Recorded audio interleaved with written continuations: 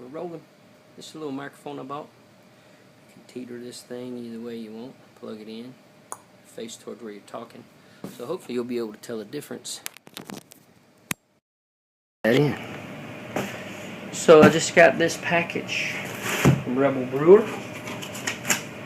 Before I open it though, I wanted to show you my find. I haven't cleaned it up yet. This is my bucket lid. This is what I plan on doing with it. See the little white one here? This is for a 5-gallon bucket. This one's for one of those little small buckets, like a 2-pound bucket or whatever they call them at Home Depot. So I'm gonna clean this one up. Use that one to put inside my mash tun right now. So when I'm fly sparging, a bigger area to go where I don't have to worry about hitting the spot. This will pretty much take up the bulk of it to fill it up, and it's a little more durable. As you can see, this one's getting a little crooked from the heat. Which brings me to my next subject, lacing. That actually wasn't my next subject, but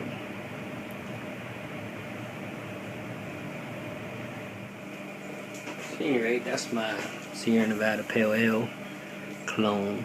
Probably some condensation going on there. So at any rate, that's my Sierra Nevada, and that's my Harley glass my son bought me for Christmas, or for my birthday, which is pretty close to the same time.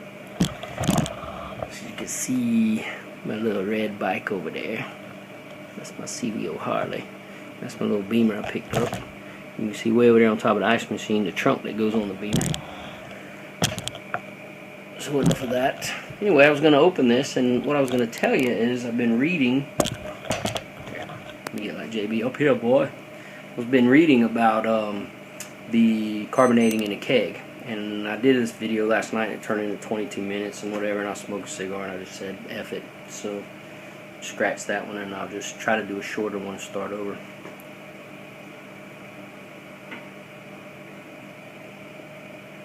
Hang on, I gotta stop.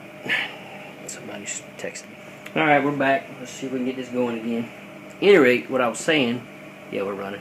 What I was saying is I've been reading about the carbonation, or the fermentation in the kegs, using the Fermicap and all that, and I think I'm really going to give that a try, because as you saw in my last video, I don't have a ton of room in this fermentation freezer right here. I can put 3 carboys in there, but 2 of them can only be in a milk crate, and one of them I had to take out of the milk crate, blah blah blah. You saw all that, and that's all I can get in there.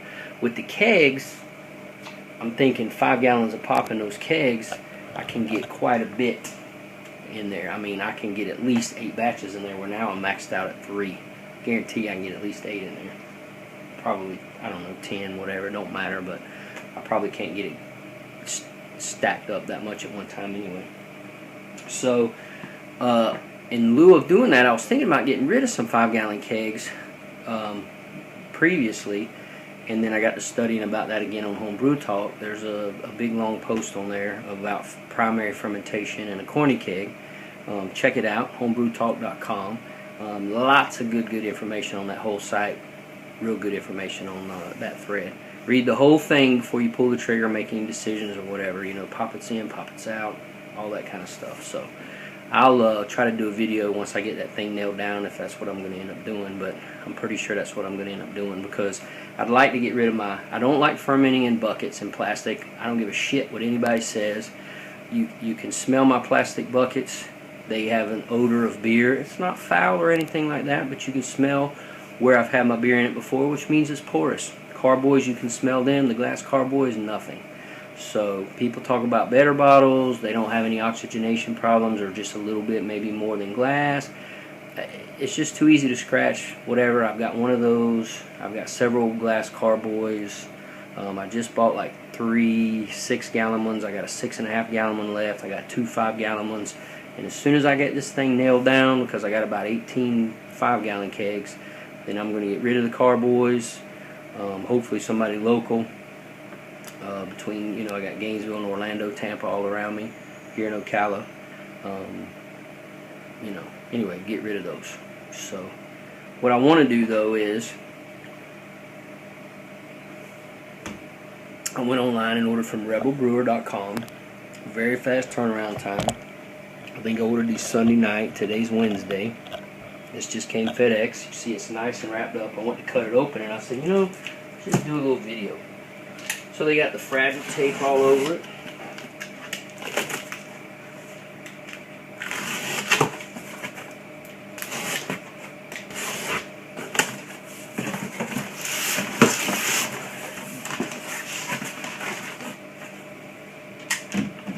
Two things I ordered, but I don't remember those still.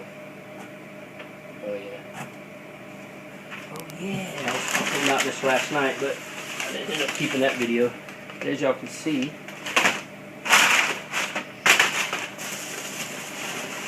I don't know about you guys, but I hate these effing peanuts.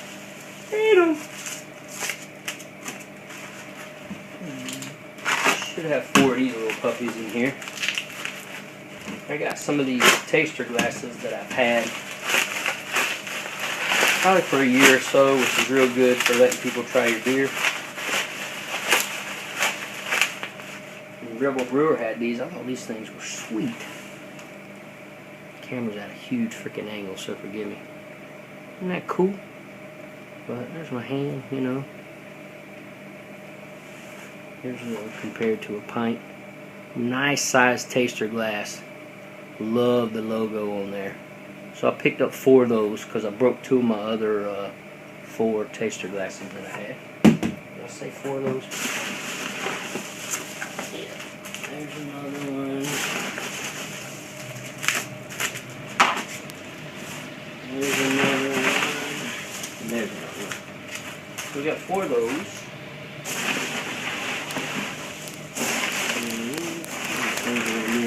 Box down here.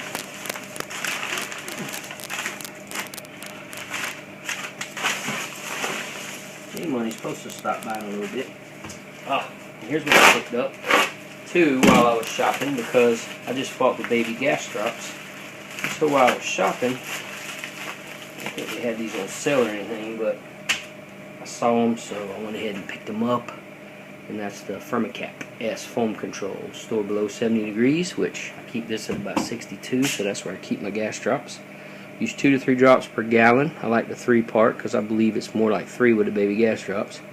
In your bowl, to prevent boil overs, use 2 drops per gallon at the start of fermentation to keep the foam down.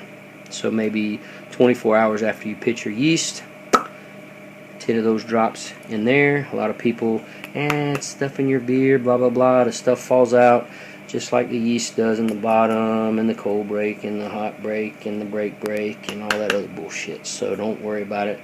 Don't get your panties in a wad until you try it out. And if you don't want to try it out, that's fine, but don't be knocking it if you don't want to try it. You get off that soapbox.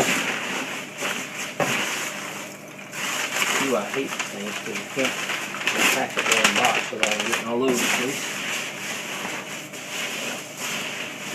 Ah, there we go. Got some brewer's gloves. Just thought these would be good to have on hand for a stuck fermentation, because they're supposed to go up to your elbows. So let's see. Yeah, I got one that'll fit me. Keep it tight so I can work it. So those are like, I think, $12. Blickman gloves.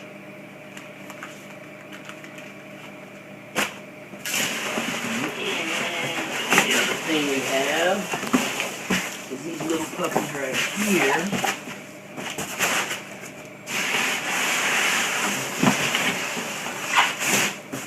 Did I mention I hate this freaking peanut? This side up, we're opening it from the bottom. Dude, what's that? Wow! A 2.5 gallon keg. So I can split my batches, because it's a pain in the ass in my kegerator that's in my fridge to try to connect and disconnect. I'll show you that in a second. Anyway, here's one of those. Hey, you got this one right side up.